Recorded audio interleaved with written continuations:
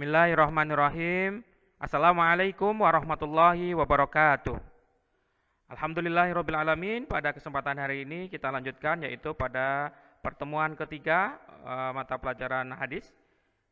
Kita akan bahas di pertemuan ketiga ini yaitu bab mulatofatil yatimi, bab menyayangi dan lemah lembut terhadap anak yatim.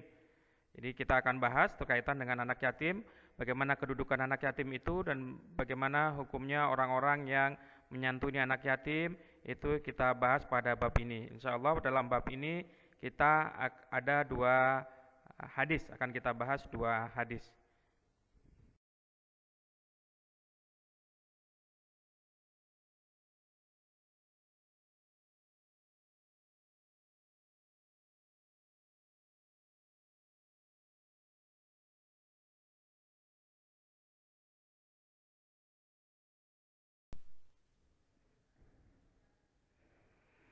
Bismillahirrahmanirrahim. Kita buka dengan bacaan basmalah. Kita akan bahas satu persatu dulu. Yang pertama yaitu redaksi hadis atau teks hadis ini. Boleh kita baca dulu atau nanti bisa dihafal. An Sahl ibnu Sa'ad radhiyallahu anhu qala qala Rasulullah sallallahu alaihi wasallam ana wa kafilul yatimi fil jannah hakadha wa asyara bis sababati wal wusta wa farraja bainahuma syai'an rawahul Bukhari. Saukarir maratan saniyatan. An Sahl ibnu Sa'ad radhiyallahu anhu qala qala Rasulullah sallallahu alaihi wasallam ana wa kafilul yatimi fil jannah hakadha wa asyara bis sababati wal wusta wa farraja bainahuma syai'an rawahul Bukhari.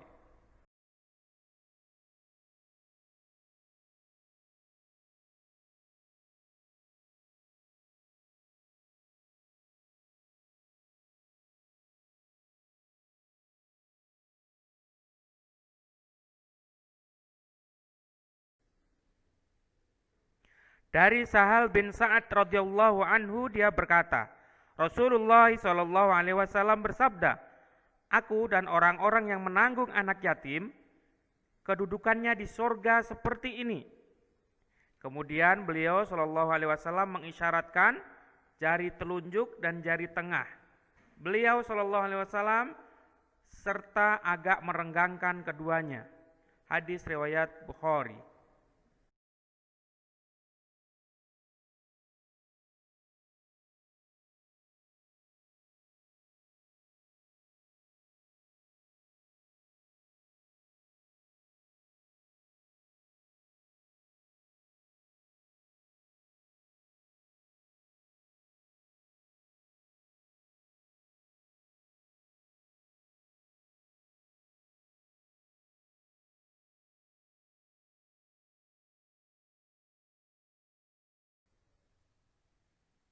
Ma'anil mufradat, kosakata hadis ini.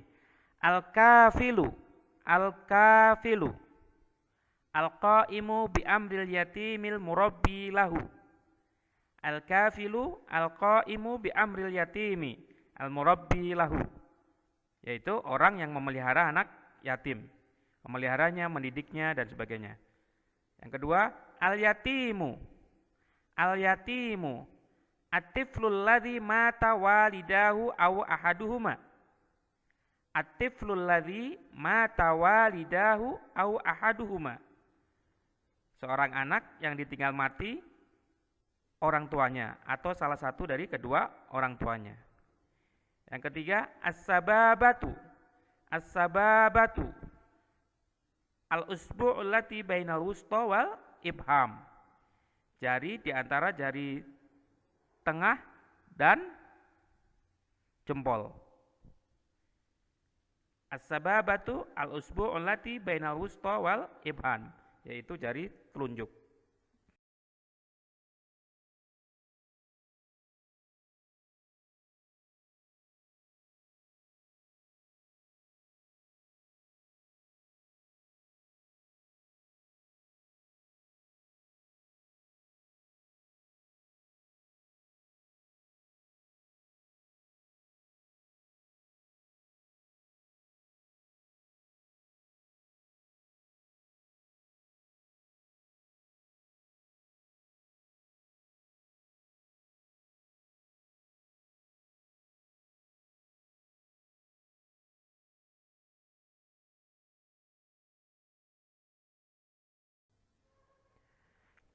Syarhul hadis, yaitu penjelasan hadis yang kita bahas pada pertemuan kali ini. Yukhbirunan nabi annaka filal yatimi alqaima bi amril yatimi almurabbi lahu sayakunu rafiqan lin nabi fil jannah. Jadi dalam hadis ini Rasulullah SAW memberikan kabar kepada kita semuanya bahwa kafilal yatim. Kafilal yatim adalah orang yang menanggung anak yatim. Al-qaima bi amril yatim. Dia mendidiknya, memeliharanya, al-murabbi lahu, mentarbiyahnya, menjamin pendidikannya. Artinya adalah kafilul yatim, orang-orang yang memelihara anak yatim. Sayakunu rafiqan lin nabi sallallahu alaihi wasallam fil jannah. Jadi orang yang menyantuni anak yatim itu nantinya akan menjadi teman Nabi sallallahu alaihi wasallam di surga. Jadi kita akan menjadi temannya Nabi sallallahu alaihi wasallam di surga, yaitu bagi orang-orang yang menyantuni anak yatim. Wala manzilata fil akhirati wa afdalu min dzalik. Tidak ada kedudukan yang mulia nanti di akhirat itu yang lebih utama, yang paling afdol, yaitu kecuali kedudukan ini. Kedudukan yang paling mulia yaitu kita bisa bersama dengan Nabi sallallahu alaihi wasallam. Lanjutkan, wa asyaron Nabi sallallahu alaihi wasallam bilafdi kahataini. Nabi sallallahu alaihi wasallam memberikan isyarat dengan lafaz kahataini, yaitu dengan dua isyarat ini, yaitu menunjukkan sababah wal wusta. Sababah itu adalah jari telunjuk, wal wusta adalah jari tengah.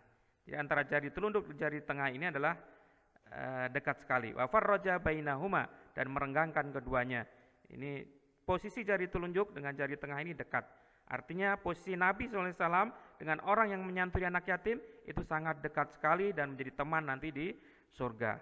Dzalika isyaratun, ini adalah menjadi isyarat ila anna darajatan Nabi SAW wa kafil yatim qadru tafawutin baina sabawati wal wusta.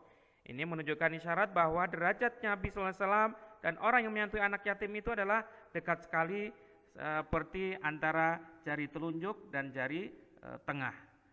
Ghaira anna kulla wahidin minhuma ala darajatin fil jannah. Idzan la yablughu darajatal anbiya'i ghairuhum wa la yablughu darajatan nabiyina ahadun minal anbiya'. Ini artinya adalah kedudukan Nabi SAW tetap mulia. Kita ini menjadi teman Rasulullah SAW, yaitu dengan cara kita menyantuni anak yatim itu yang menjadikan kita semuanya dekat, menjadi teman Rasulullah SAW, yang kita kedudukannya nanti di surga bersama dengan Rasulullah SAW.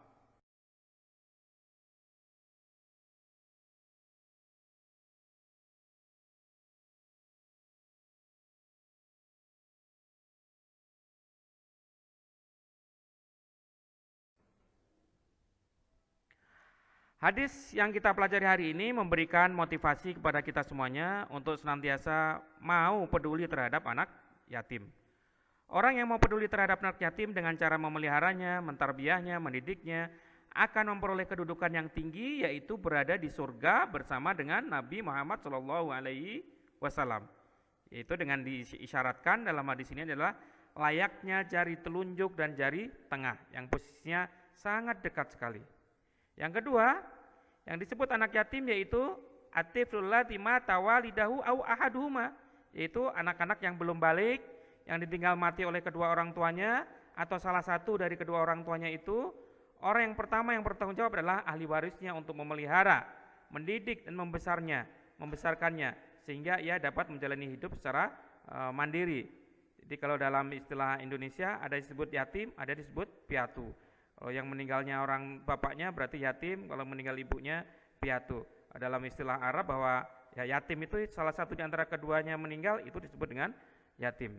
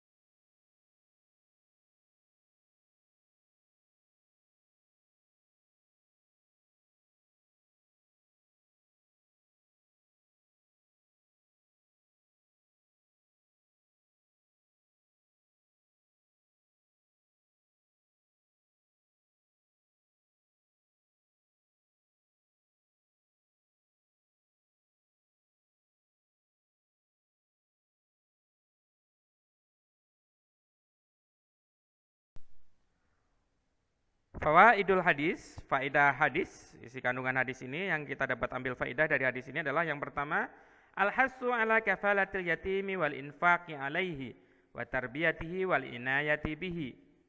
Ya, motivasi kepada kita semuanya untuk senantiasa menyantuni anak yatim dan berinfak kepadanya, mendidiknya dan menolong anak yatim. Kafalatul yatimi tuaddi ila musahabati Rasulullah SAW fil jannah. Dengan kita menyantuni anak yatim ini menjadikan kita menjadi sahabat Rasulullah SAW di surga nanti.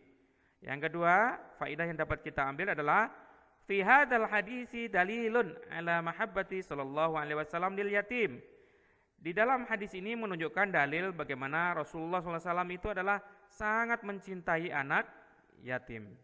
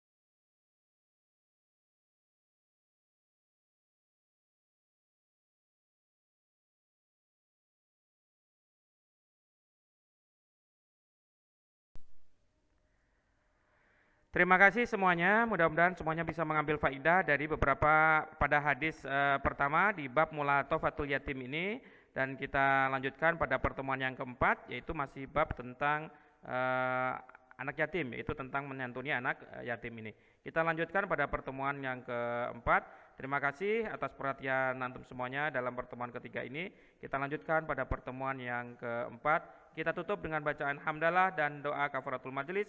Alhamdulillahirabbil alamin. Subhanakallahumma wa bihamdika asyhadu an la ilaha illa anta astaghfiruka wa atubu ilaik. Wassalamualaikum warahmatullahi wabarakatuh.